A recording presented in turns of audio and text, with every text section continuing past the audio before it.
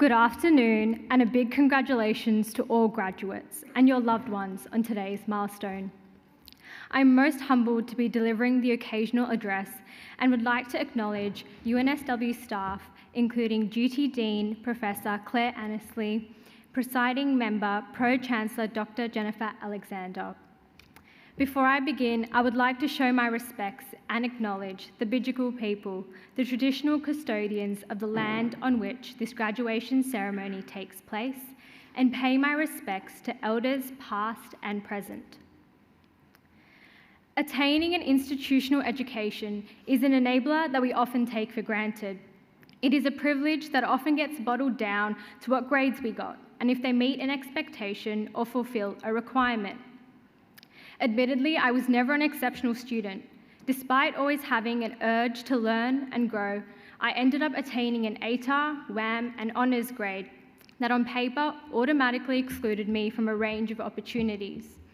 As such, I constantly had to remind myself that the privilege of an education could still be a tool and enabler in pursuing my passions, and most of all, embark on opportunities that seemed unattainable.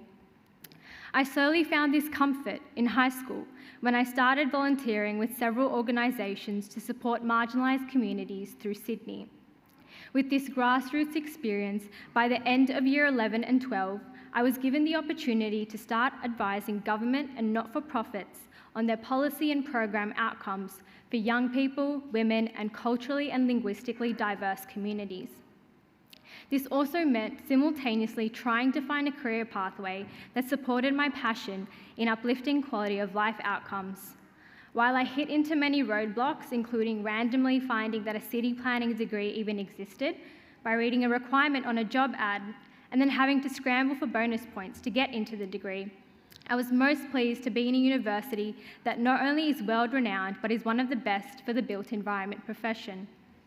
Being at UNSW was a big enabler for me, but curious me couldn't just sit still in the classroom.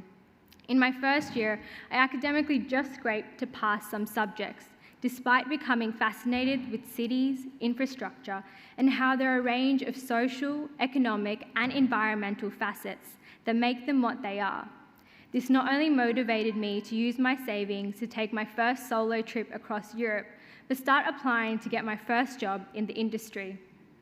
Having a job in the industry since the first year of uni suited my learning style more than ever and progressively allowed me to get better academic results. However, it also made me more aware to the personal challenges of real life. While I enjoyed work, had supportive mentors, and was able to achieve milestones I could have never dreamed of, I was constantly dealing with navigating my identity in the workplace, classroom, and in the industry. Being young and a woman of colour often made me feel I had to work twice as hard while trying to legitimise my passion and perception of the built environment. By the second last year of uni and almost 2.5 years of full-time work experience, I'd witnessed that infrastructure and planning policies often encapsulated one-size-fits-all outcomes. They were in real terms still trying to grasp the social and economic realities of individuals who are probably most impacted by their local developments, but not afforded the simple privileges such as time to even participate in a community consultation.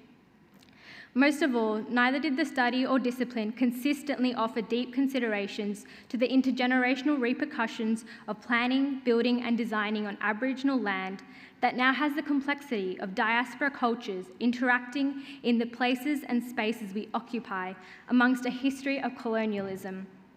These internal tensions for me were most exacerbated during the start of the pandemic, which also marked the Black Lives Matter movement, disasters such as bushfires, floods, and civil unrest, in which it became apparent that suburbs, cities, and countries of low socioeconomic demographics were experiencing the crux of the repercussions of inequitable built environment decisions, with poor quality and access to key infrastructure and services.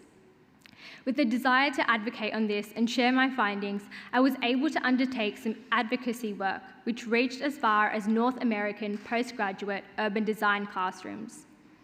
In fourth and final year of uni, I ended up doing my honours thesis and navigating some of these challenges that can be attributed to not only built environment decisions, but the demographic composition of our industry, while also leading an international civic service program and finding great comfort in my peers and the UNSW Arts, Design and Architecture Shadow Board.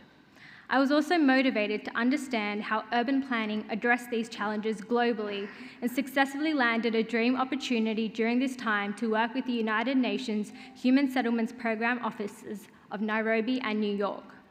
What I learned amongst doing my undergraduate city planning degree at UNSW, working across the public and private sector, undertaking community service commitments, and my personal life is that we have a long way to go in enabling inclusive policy, programs, and systems reform, and that our life stages and milestones are only defined by us and what we make of them. 3 of the main takeaways in these regards are that acknowledging our privilege and advocating for diverse, inclusive, and astute representation matters in our classrooms, workplaces, the media, and the political system. This conscience matters because it promotes inclusive decision-making processes and influences a range of worldviews while enabling systems to reform, to evolve from just catering for the dominant archetype and celebrating our differences for the better. 2, understanding disaster resilience is needed more than ever to enable sustainable development outcomes. The world is prone more than ever to shocks and stresses in a range of forms, from droughts to pandemics and even civil unrest. Poor resilience planning in our infrastructure and systems equals threatening a range of quality of life outcomes of all people, and in particular, vulnerable communities, while leading to significant intergenerational social, economic, and environmental repercussion. Lastly, on a personal note, be bold and listen to your gut. In particular, when you want to apply for a job and don't completely meet the job requirements, or you're in a meeting at work and something doesn't sit right with you, speak up and put your foot forward. You're not defined by being a junior, a graduate, or being young.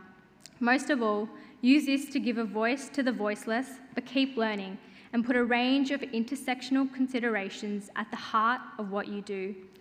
I'm also now nearly halfway through my master's degree and constantly learning new ideas and concepts while continuing to volunteer and work.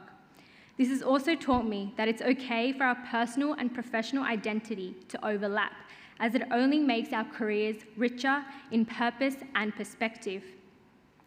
Above all, a quote that has resonated with me through this journey is that if we aim high and fall short, we still achieve more than by aiming low and falling short.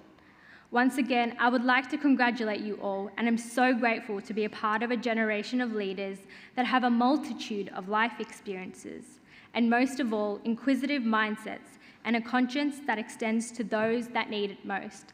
Thank you.